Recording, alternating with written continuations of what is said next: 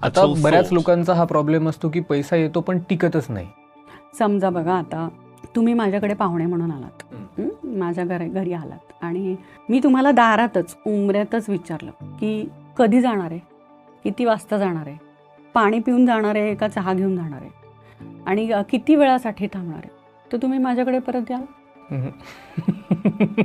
Exactly पैशाच्या बाबतीतही हेच होतं. पैसा आला ना की एक माइंडसेट असतो आल्या क्षणी की ह्याचा EMI भरायचा आहे, ह्याचे बिल भरायचं आहे, तिकडे पाठवायचं आहे आणि हा आता कसा पुरणार नाही आहे. फॉर एक्झाम्पल 50,000 आलेले आहेत आणि आता हे 50,000 मला कसे पुरणार नाही आहेत, ह्याचं त्याचं देण्यातच जाणार आहे. काय केलं, पैसा उंबरात दारात आल्याबरोबरच सुरुवात. तर तुम्ही त्याची एनर्जी ॲब्झॉर्बच नाही केली, आत्मसातच नाही केली.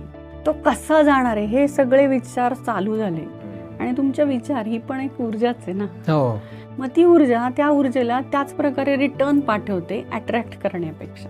आणि मग त्या पैशाला असं वाटतं की इथे मी इनसिक्युअर आहे.